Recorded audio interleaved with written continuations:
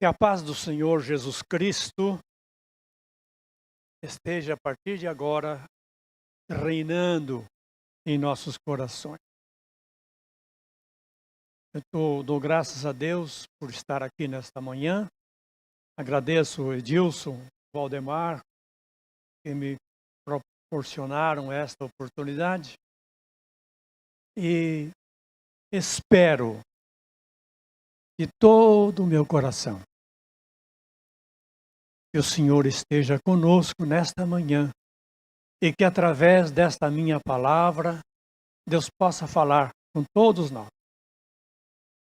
E se você abrir o seu coração, com certeza o Senhor vai falar conosco. Amém? Eu quero ler aqui na palavra de Deus, no Romanos capítulo 1, verso 16. É um texto muito conhecido, bastante conhecido, e que eu gostaria de discorrer um pouquinho sobre esta palavra. Romanos 1, 16. Porque eu não me envergonho do Evangelho de Cristo, pois é o poder de Deus para a salvação de todo aquele que crê. O substantivo Evangelho é conhecido também por diferentes nomes. Por exemplo, Evangelho de Cristo, Evangelho eterno, Evangelho do reino, Evangelho da graça, Evangelho da salvação, Evangelho da paz, Evangelho da glória de Cristo. O Evangelho, como todos sabem, é revelado nos livros de Mateus, Marcos, Lucas e João. O profeta Isaías, 750 anos antes de Jesus Cristo, disse que Jesus foi o primeiro pregador evangélico, o pioneiro dos pregadores. Ele disse: o Espírito do Senhor está sobre mim, porque o Senhor me ungiu para pregar boas novas aos mansos. De fato, meus irmãos, Jesus Cristo percorria todas as aldeias, as cidades, ensinando nas sinagogas e pregando o Evangelho do Reino. O Evangelho de Cristo está fundamentado, e é isso que eu gostaria de chamar a atenção de todos nós. Está fundamentado em 3 eventos históricos. O primeiro evento histórico no qual está fundamentado o Evangelho de Cristo é o sacrifício dele na cruz do Calvário. Jesus veio para morrer por nós. Veio para dar a sua vida por nós. Veio para derramar o seu sangue lá na cruz do Calvário, pelo qual eu posso, você pode, todos nós podemos ser salvos. Louvado seja Deus. Portanto, meus irmãos, o Evangelho de Cristo está fundamentado no sacrifício dele lá na cruz do Calvário. Quando ele apareceu lá na Judéia, João Batista estava batizando no Rio Jordão, e quando viu Jesus chegar, João Batista disse: eis ali o Cordeiro de Deus e tira o pecado do mundo. Louvado seja Deus. O sangue de Jesus Cristo está escrito na palavra. É aquele que nos purifica de todo o pecado. Jesus foi ferido pelas nossas transgressões e foi moído pelas nossas iniquidades. A coisa mais extraordinária deste mundo, mais horrenda ao mesmo tempo, foi a morte de Jesus lá na cruz do Calvário. Vocês sabem, vocês leem a palavra de Deus, sabem como ele sofreu. Como ele sofreu até chegar ao Calvário, onde foi morto e depois foi sepultado. Meus irmãos, a mensagem do Evangelho de Cristo tem restaurado milhares, milhões de vidas no mundo inteiro. Você foi restaurado pela mensagem do Evangelho. Eu fui restaurado pela mensagem do Evangelho. Eu estava indo, quando tinha meus 8 anos, sei lá. É tanto tempo que eu já nem me lembro. Eu estava indo no cinema. A minha ideia era assistir um filme, andando pela cidade de Londrina. E de repente, na Praça Rocha Pombo, eu escutei uma música. Era o coral presbiteriano que estava na praça pública, louvando a Deus e evangelizando através da música. Por isso a música é muito importante, meus irmãos, é muito importante. E aquela música me atraiu. E me atraiu de tal maneira que eu cheguei até eles e comecei a escutar a música. Na verdade, eu não me lembro que música era. Eu só sei dizer uma coisa. Foi uma música tão profunda, tão extraordinária, que tocou o meu coração.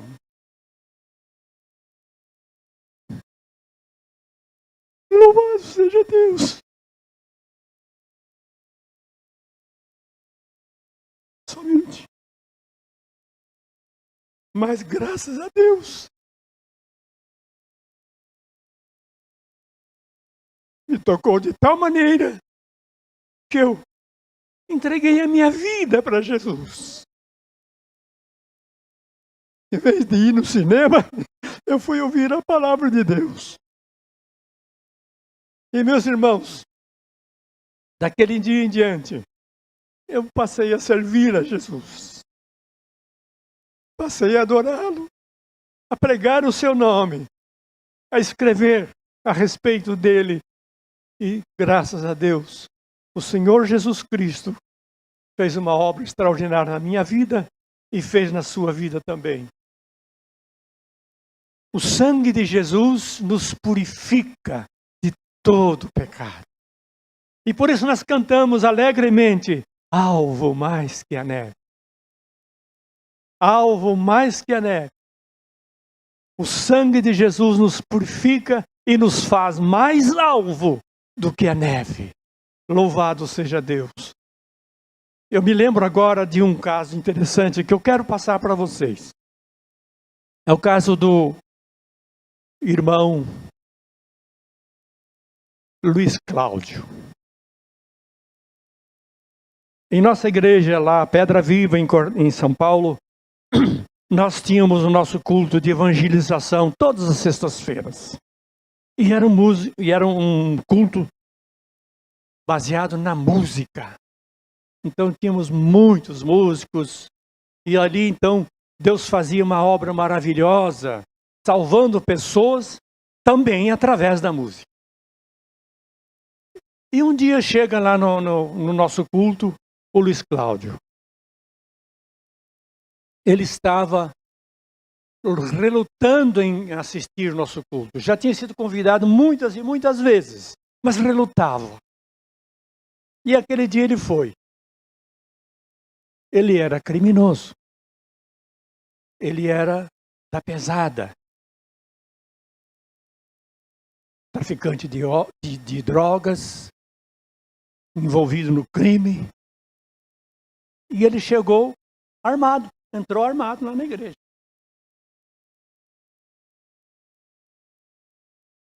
Já tinha perdido 2 irmãos no crime, mortos a tiros. O pai dele também já tinha morrido de cirrose no fígado. A família dele estava sendo destroçada. Tinha sido já uma parte e estava sendo ainda destroçada. Por obra do diabo, por obra do meu e do seu inimigo.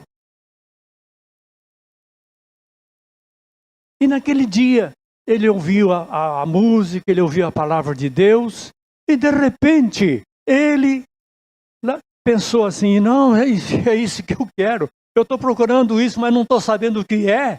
E agora eu encontrei. E ele entregou também a sua vida para Jesus. E de tal maneira que ele foi salvo, e logo ele passou a ser um pregador. Passou a ser um testemunhador da obra de Jesus Cristo, e começou a dar testemunho da sua conversão, e outras pessoas começaram a se converter. Hoje, ele faz um trabalho na FEBEM, em São Paulo, exatamente cuidando de recuperar pessoas drogadas, pessoas do vício, e está fazendo uma obra extraordinária. Esse é o nosso Evangelho de Jesus Cristo. É este Evangelho do qual Paulo disse, e eu posso repetir, não me envergonho, porque é o poder de Deus para a salvação de todo aquele que crê. Louvado seja o nome do Senhor. O segundo evento histórico no qual está fundamentado o Evangelho de Cristo é a ressurreição de Jesus. Interessante que a gente ouve falar em ressurreição, né? A gente comemora o dia da ressurreição e fala em ressurreição, pastores pregam sobre a ressurreição, mas nem sempre a gente assume essa verdade extraordinária, a verdade da ressurreição de Jesus Cristo. De repente, Jesus foi morto lá na cruz do Calvário, foi sepultado, mas ao terceiro dia, o corpo desapareceu. O corpo de Jesus desapareceu do túmulo. Havia 3 maneiras pelas quais o corpo poderia ter desaparecido. Os seus inimigos poderiam ter roubado o corpo, né? Os discípulos poderiam ter roubado também o corpo, ou então o próprio Jesus teria ressuscitado. Então, 3 maneiras pelas quais o corpo de Jesus poderia desaparecer do túmulo. Os inimigos de Jesus não poderiam ter roubado o corpo. Porque se eles tivessem roubado o corpo, certamente o objetivo era apresentar ao público. Era demonstrar ao público que Jesus era impostor, que aqui está o corpo dele, que ele não ressuscitou coisa nenhuma. Seria esta a razão para que eles roubassem. Mas acontece que o corpo de Jesus não foi visto, não apareceu em lugar nenhum e em tempo algum. Então, eles não roubaram. Os discípulos também podiam ter roubado. Mas para que roubar o corpo de Jesus e mostrar Jesus morto? Não tem razão nenhuma. Eles não tinham nenhum motivo Porque se eles roubassem o corpo de Jesus, isso tudo seria contra eles mesmos. Mas não apareceu o corpo de Jesus em lugar nenhum.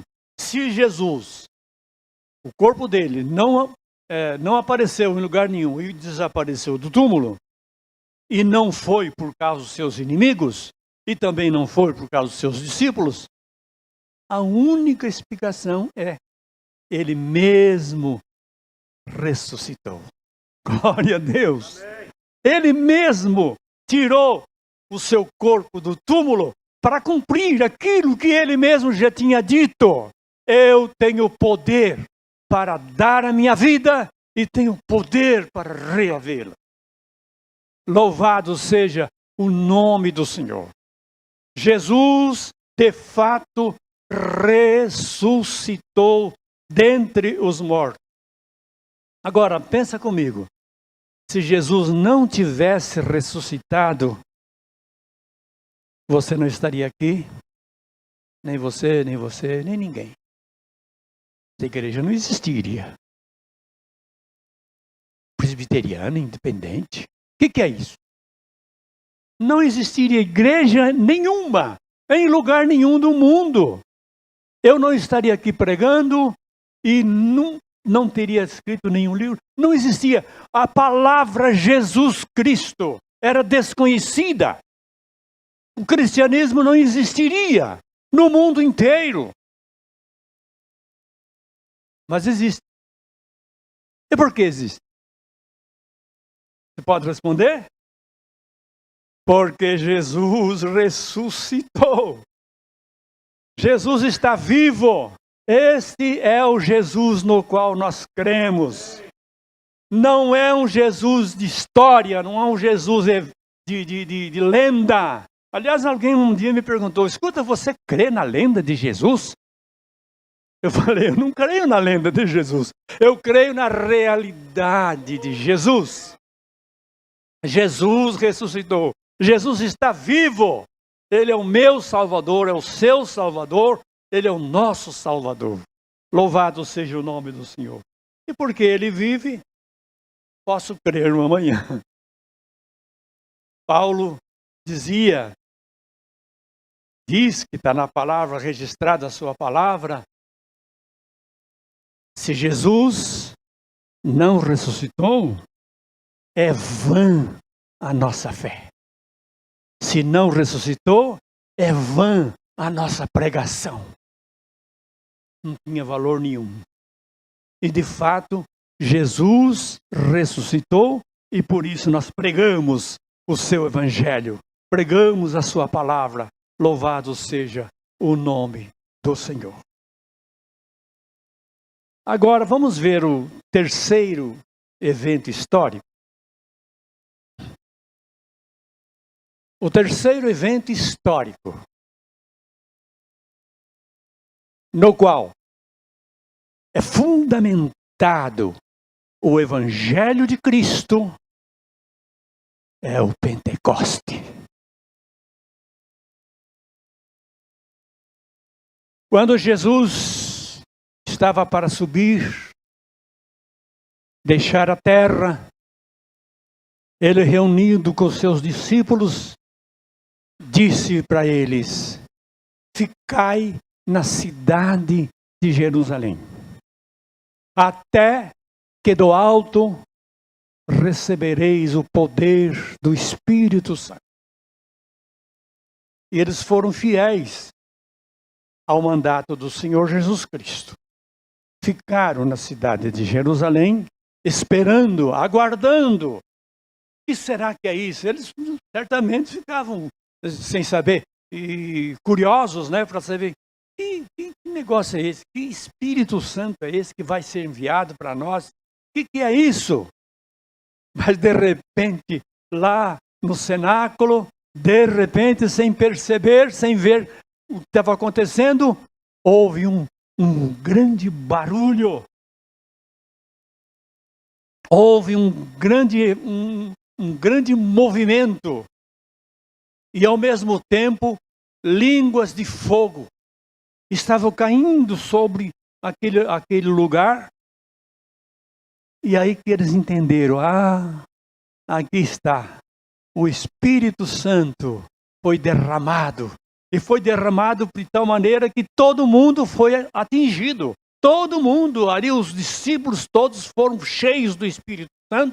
E de tal maneira que começaram a falar línguas estranhas para eles. Mas para o povo que estava lá, aquela nação, as nações reunidas ali em Jerusalém, não era estranho, porque os discípulos falavam em língua estranha, mas eles entendiam na própria língua. Deus estava falando coisa para evangelizar, para falar ao povo que ele estava presente e que estava fazendo uma obra extraordinária. Louvado seja o nome do Senhor. Irmãos, uma coisa extraordinária que aconteceu posteriormente ao derramamento do Espírito Santo foi que a igreja de Cristo foi estabelecida. Nasceu, naquele momento, nasceu a igreja do Senhor Jesus Cristo.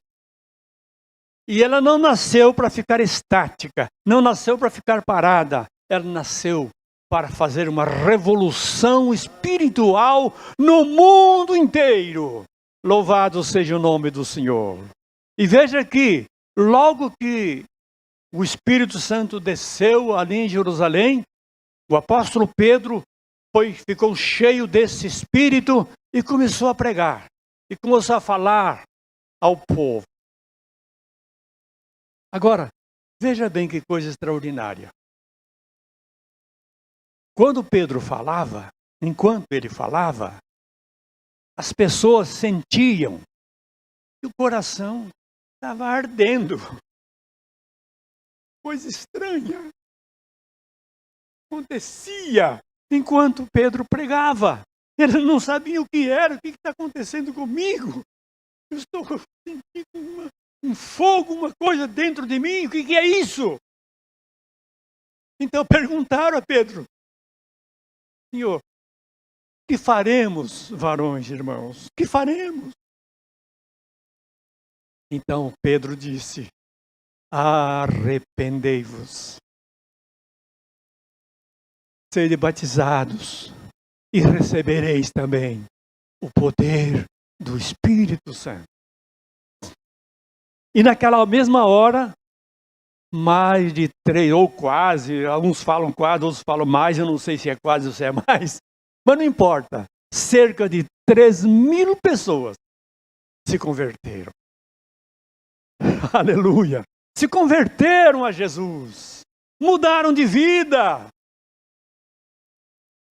Mas não foi só isso não, gente, não foi não. O Espírito Santo continuou operando na igreja, no povo de Deus, e mais pessoas começaram a se converter. Os apóstolos começaram a se dispersar, muitas perseguições, e diante das perseguições eles se dispersaram, mas foram pregando o evangelho por onde passavam. E logo depois, já a notícia era de que mais 5.000 pessoas tinham se convertido a Jesus. E continuou, a obra de Deus continuou, o progresso continuou. Por que continuou? Não era o entusiasmo dos apóstolos. Não era. Era o Espírito Santo. O Espírito Santo que tocava os corações. O Espírito Santo que fazia a obra, convertia as pessoas. Porque na verdade, meus irmãos, é o Espírito Santo que convence o mundo do pecado e da justiça. Sem a ação do Espírito Santo não há conversão. Sem a ação do Espírito Santo não há regeneração. A Bíblia diz que aquele que se converte a Jesus, que passa a estar em Cristo, é o quê?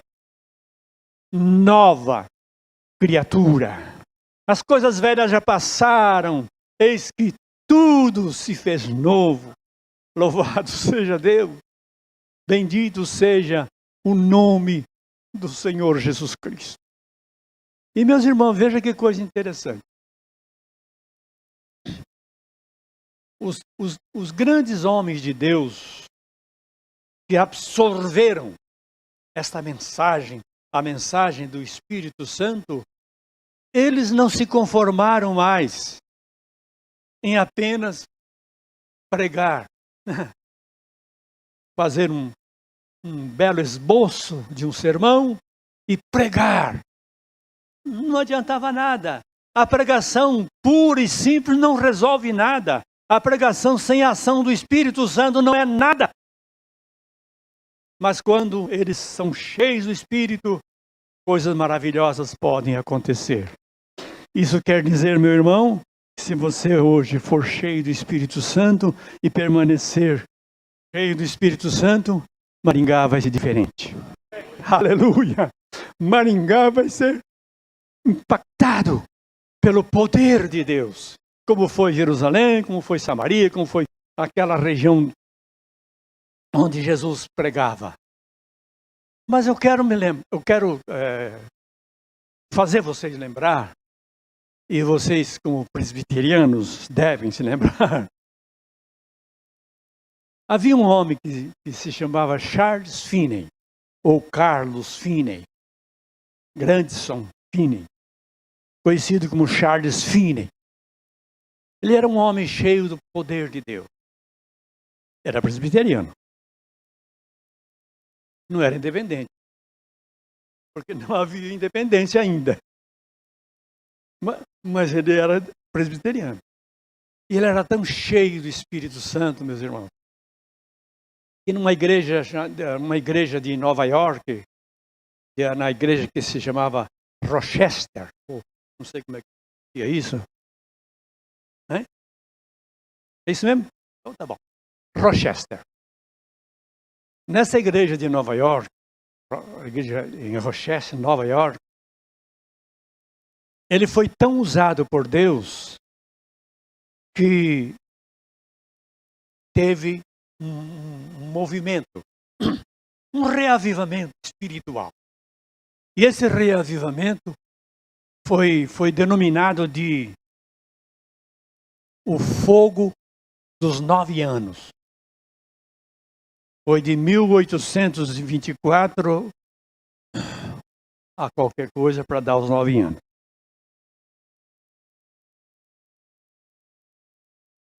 E nesse período, meus irmãos, coisas extraordinárias aconteciam. Mais de 1.200 pessoas se converteram. E o curioso é que a história faz questão de registrar que as pessoas que se converteram não eram pessoas comuns aí da rua, não. Eram pessoas consideradas da grande sociedade. Eram advogados, médicos e industriais, empresários. E a conversão desses homens eram tão extraordinárias que eles não simplesmente convertiam. Ah, não, olha, eu quero ser presbiteriano. Nada disso. Eles vinham para frente em lágrimas, chorando, se convertendo. E por que se convertiu chorando? Porque o Espírito Santo falava, tocava os seus corações. E as pregações de Charles Finney não eram uma pregação comum, era uma pregação ungida, cheia do Espírito. E quando eles ouviam essa pregação, eles não aguentavam, eles choravam, eles vinham à frente para se entregar ao Senhor Jesus Cristo. Louvado seja Deus. Meus irmãos, se o Espírito Santo não operar, não há conversão. Se o Espírito Santo não tocar os corações, não há conversão. E também não há renovação espiritual. Que muitas vezes nós nos conformamos com o cristianismo. Achamos que está tudo bem, que não tem problema, que nós estamos indo à igreja, nós estamos reunidos, cantando, louvando a Deus, está tudo bem. Mas nem sempre isso é verdade. Porque a Bíblia diz bem assim: se o meu povo, que se chama pelo meu nome, se humilhar e orar e buscar a minha face, então eu ouvirei do céu, perdoarei os seus pecados e sararei a sua. É hora da renovação espiritual. Vamos pregar, vamos falar de Jesus e ganhar as pessoas que não são cristãs e que não são crentes, que ainda estão no mundo, perdidas, sem Deus, sem salvação. Mas vamos também nos renovar. Vamos também pedir que Deus renove o nosso coração, que nós sejamos transformados de novo, que nós sejamos restabelecidos no reino de Deus. Louvado seja Deus. E se isso acontecer, coisas extraordinárias vão acontecer nessa cidade. Aleluia! Você já pensou? De repente as notícias correm para o mundo. Atenção, cidade de Maringá. Está havendo uma coisa extraordinária naquela cidade. Gente está indo para a igreja, se convertendo aos montes. Está havendo uma coisa que nunca se viu. Por quê? Porque o Espírito Santo está fazendo a obra. Louvado seja o nome do Senhor Jesus Cristo. Aleluia. Glória a Deus.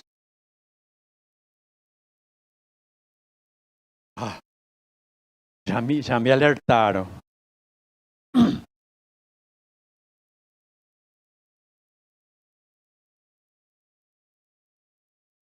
Vamos concluir então.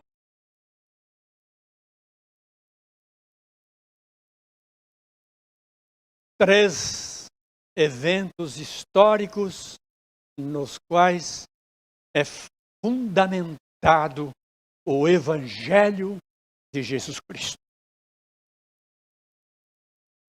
O primeiro é o Calvário. É a cruz do Calvário. Sem a cruz não há evangelização. Sem a cruz não há igreja. Sem a cruz não pode haver renovação e salvação. Porque é na cruz que Jesus derramou o seu sangue, no qual podemos ser purificados, restabelecido, reconciliado com Deus. Coisa maravilhosa é a reconciliação com Deus. Não existe outra coisa mais extraordinária nesse mundo senão a reconciliação com Deus, porque todos estão perdidos e destituídos estão da glória de Deus. Mas quando nós nos encontramos com Jesus e o seu sangue nos purifica de todo o pecado, nós nos reconciliamos com Deus. O segundo é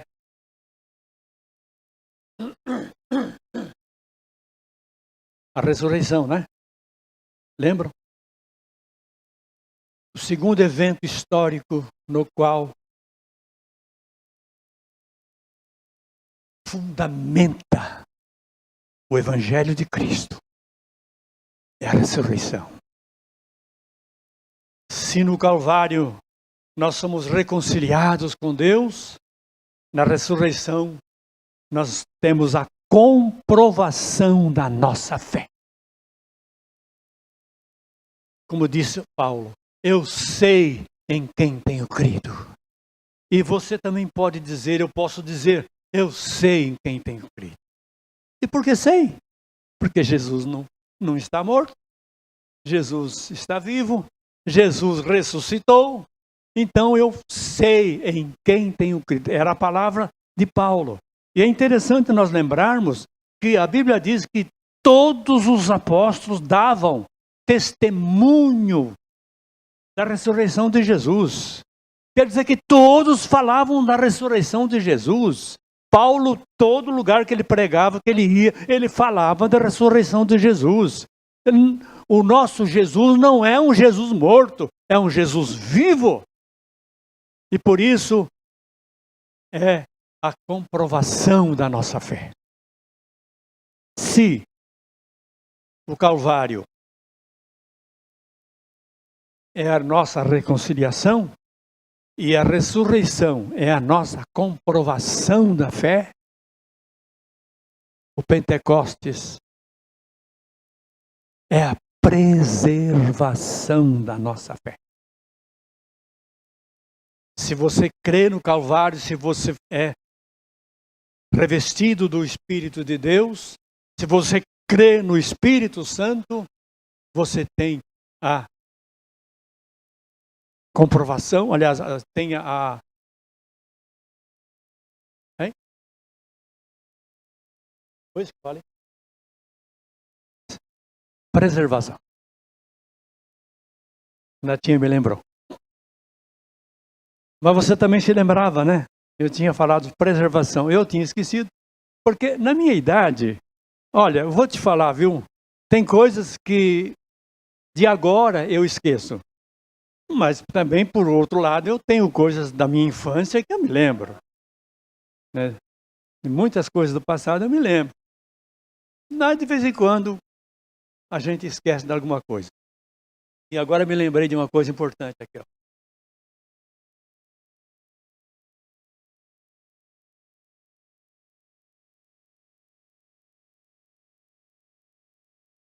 Graças a Deus que nós cremos no Evangelho que é fundamentado nesses 3 eventos históricos. Não é coisa à toa, não é porcaria nenhuma, é coisa real, verdadeira, e nós podemos dizer, graças a Deus eu creio no Evangelho. Graças a Deus que eu tenho uma posição maravilhosa que me conforta e que me faz caminhar.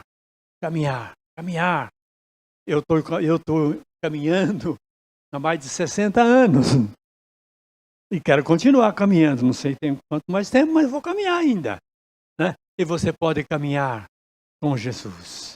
Ele disse, quem me segue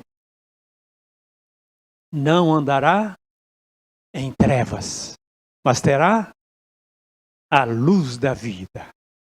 Louvado seja Deus. Então vamos caminhar com Jesus até o fim. Eu quero que você curve a sua cabeça, feche os seus olhos. Senhor nosso Deus, nosso Pai, te agradecemos, Senhor Deus, de todo o nosso coração, por esse momento que nós passamos aqui, vendo a Tua Palavra. Senhor, eu quero te pedir que nesse momento Tu fales ao coração de cada uma das pessoas que aqui estão ouvindo a Tua Palavra. Abre o coração, a mente. Faz com que essas pessoas, Senhor Deus, sintam a necessidade, sintam a realidade da sua própria vida com Cristo. E venha agora a se reconciliar com Deus. Reconciliar com Deus. Ter a certeza de que Jesus está vivo. Ter a certeza de que Jesus é o nosso Salvador.